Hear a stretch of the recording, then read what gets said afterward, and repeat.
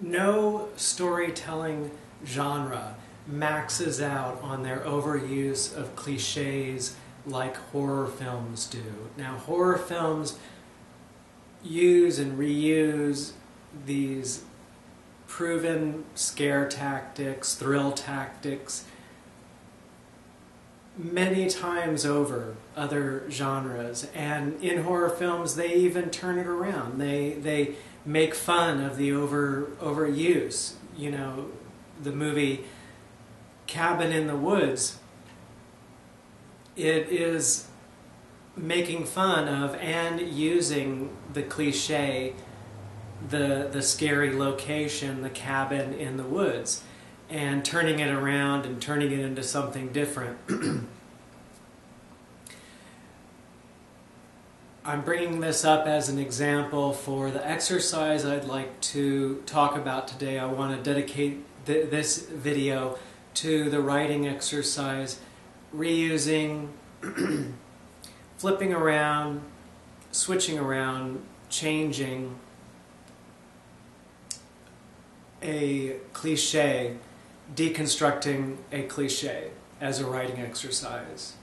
The reason it's important to take an intelligent look at cliches is it's something as storytellers we find ourselves faced with a lot.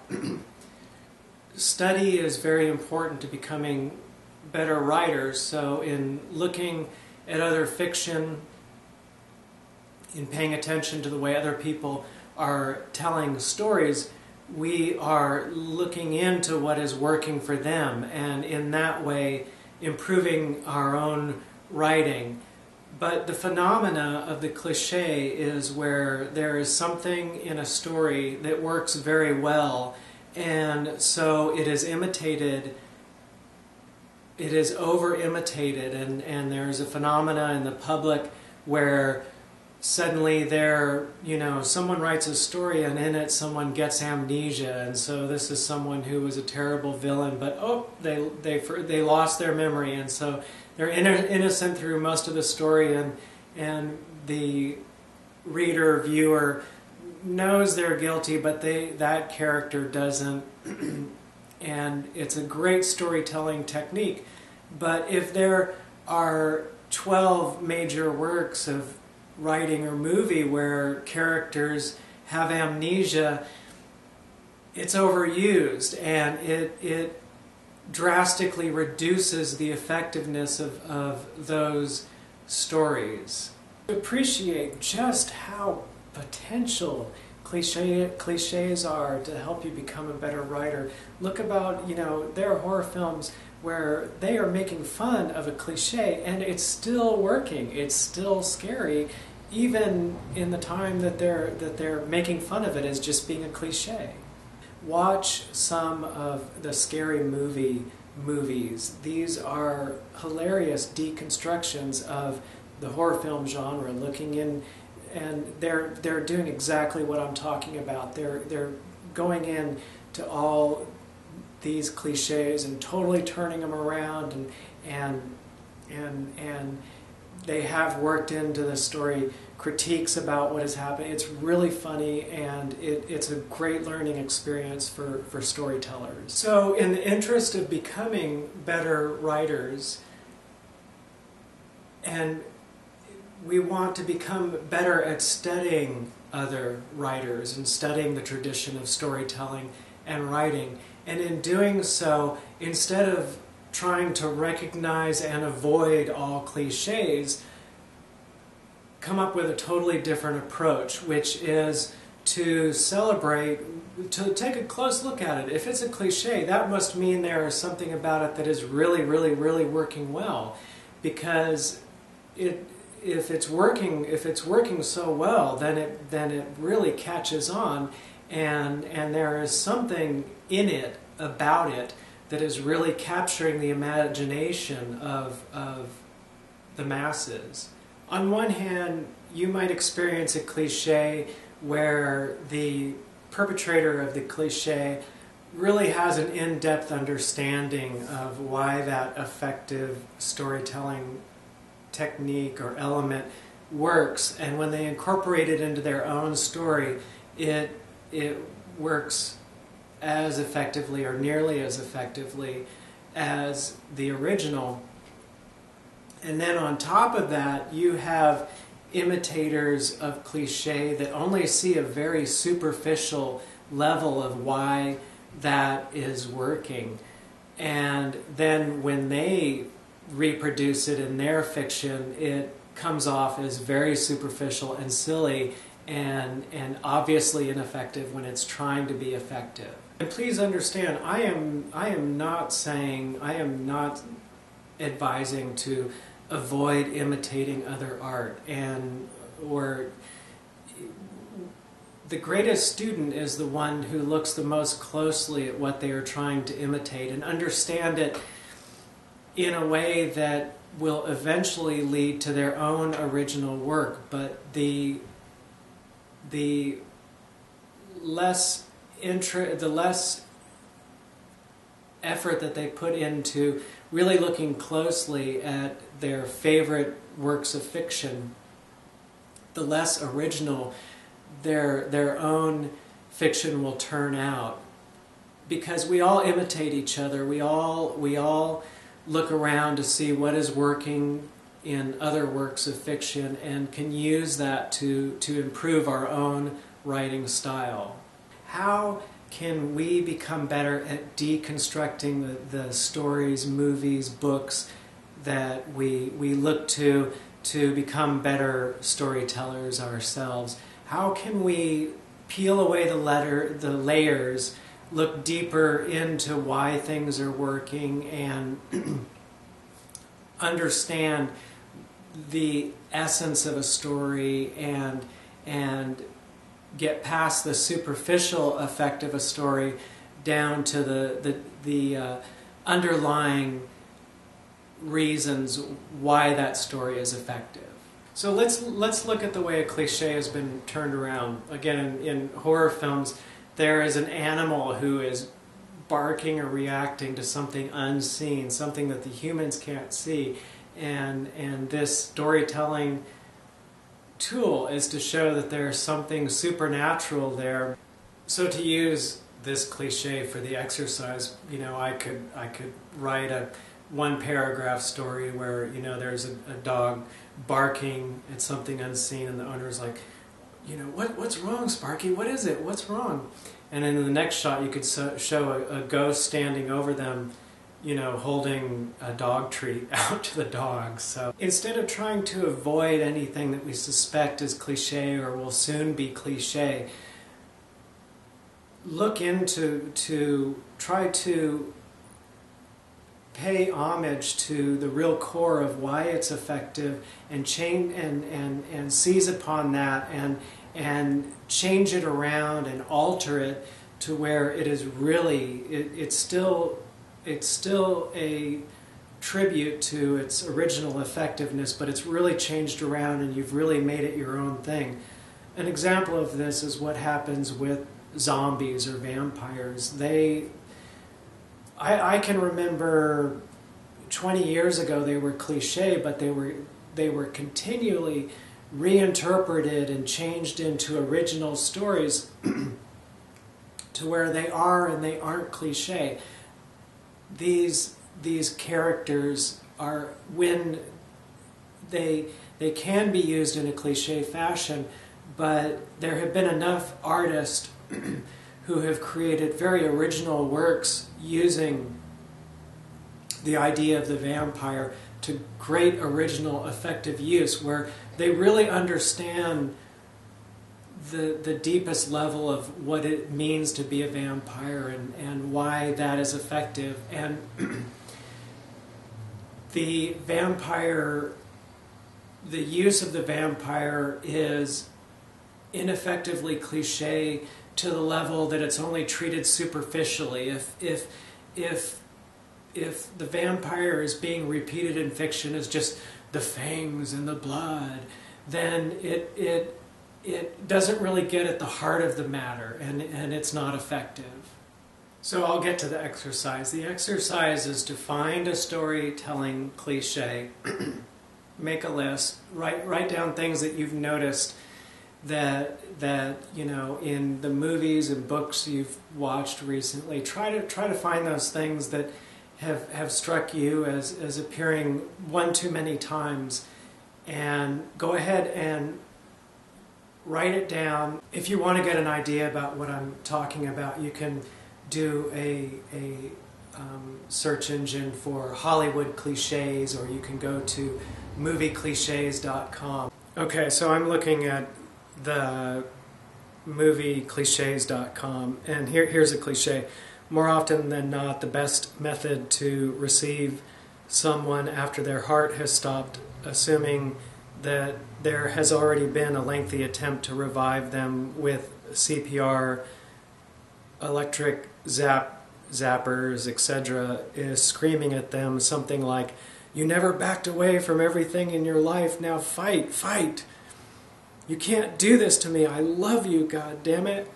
So if you watch as many movies as I have, there are at least 3 different movie scenes that come to mind, all more or less exactly like what I just read.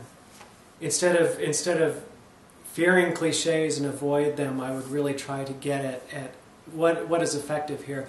Well, it's this idea that our bonds, our relationships with each other are stronger than mortality. You know, there's some kind of sentiment there, and it's not a flaky sentiment. It really, you know, again, cliches have a side to them that are very effective storytelling. So in my paragraph rewrite, I'm going to have the heroine stops a train, derails it, the train full of hazardous waste, you know, from crashing into the city, but she's lying there mortally wounded, and they've CPR and the, you know, zapping and all of that, and she won't wake up, and so they're, you know, the love interest in the story, you know, the man is like, "Wake up, don't you realize, you know, how much I love you, I can't live without you," and she doesn't wake up. And I'm going to go ahead and bring back in Sparky, the dog from the earlier example.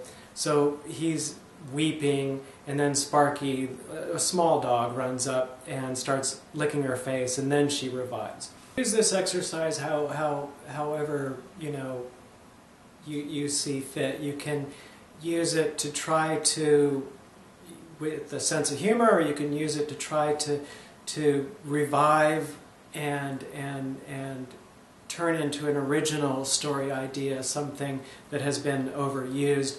Change it around so much so that you're still accessing the effectiveness of that technique, but you're really rendering it into your own technique. However, you know, spend 10 minutes on this exercise, spend 3 hours, it's really up to you. I guess the takeaway for this exercise that I'm trying to convey is that the attitude that cliches are ineffective and silly and superficial, it does not really help us out as storytellers. That as storytellers, cliches, like I spend more time looking closely at cliches than some of the other aspects of a story. And yes, a lot of the phenomena of cliche comes about from people superficially looking at one work of fiction and reproducing it in their own, but where they're just kind of reproducing the scene effect, and they're not looking into why the scene effect is effective.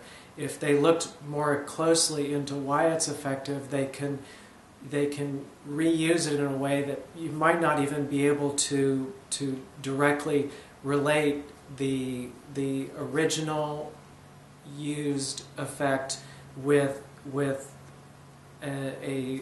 another artist being inspired by that first work to produce their own original work. So there is actually a lot to be learned from cliches. There's a lot of valuable material in cliches. There's a lot of understanding about what human nature is and what we like to think human nature is and what compels us and what inspires us. And when you have an original story idea and you're going as a student to other works of fiction in order to learn how to better convey your own story ideas, it's really great to realize that all of these techniques and all of these ways of telling stories can be deconstructed, can be taken apart, and then what you end up with are your own pieces that you can recombine in an original story. People really like to see something changed, revived, and used in a different way that brings surprise to its original use and its new use. When you first write a story, there will be very superficial parts to it. There will be cliches that consciously or subconsciously we pick up and use and put in the story that seem like very direct, uncreative imitations of other stories.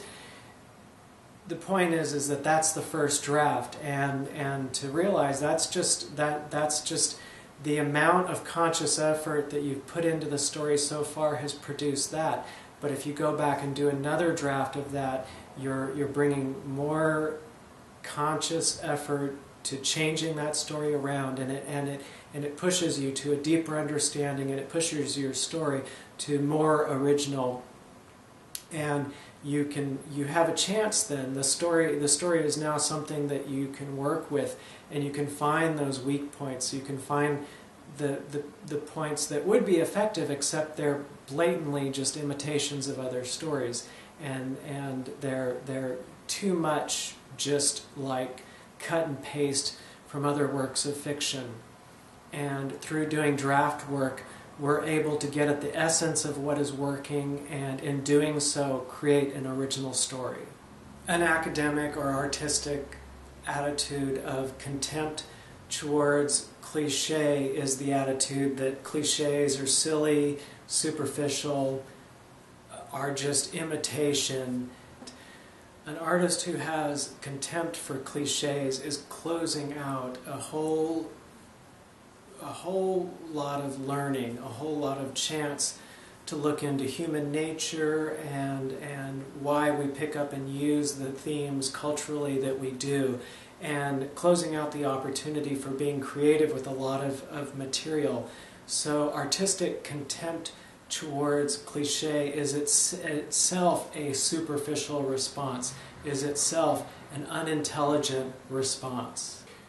So that's the exercise, and if you do the exercise and it's short enough to leave in a comment, please leave it in a comment.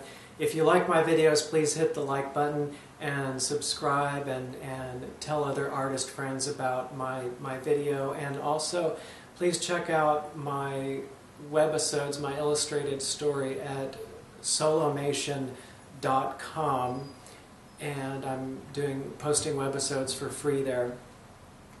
I hope your writing goes great, and have a good day. The ideal creativity, the greatest creativity, is where you can take anything and turn it into gold. And to the extent that you decide that something you need to avoid it if you want to work creatively, is not effective for becoming a more creative person.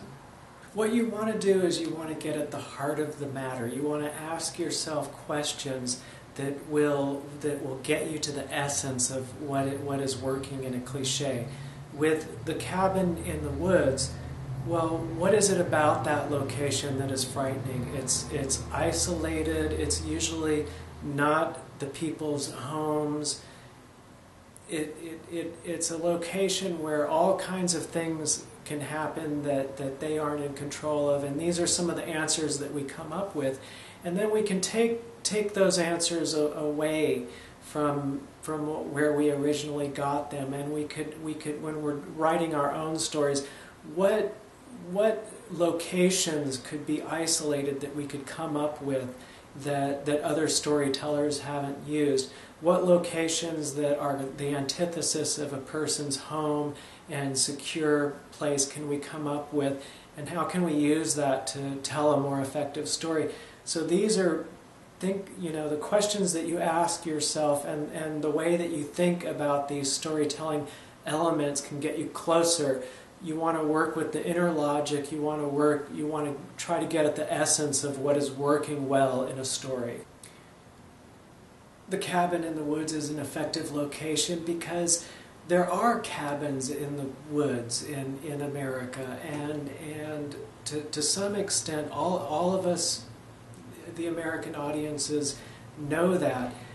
Now, at one time, the idea of Martians was a very effective storytelling technique because no one knew what Mars was like, and it was this other place that really existed, and that added to the effectiveness. But now that, now all of the idea of Martians are not effective because we are exploring Mars, and we have a much better understanding about what is actually out there. So another way that you could pay homage to the cabin in the woods cliche is to explore what are real things in your reality that can be thought of as these faraway locations where bad things could happen. And brainstorm on it and explore your understanding, what you've heard in the news, what you've heard from people in your own neighborhood, and try to think, oh, maybe I could work with a location about what is under that one overpass, and you don't really know, everyone knows that overpass, but you don't know anyone who knows anyone who's actually gone down through those woods to see what is actually down there, and this is a place where your imagination could, come up with a new exciting story.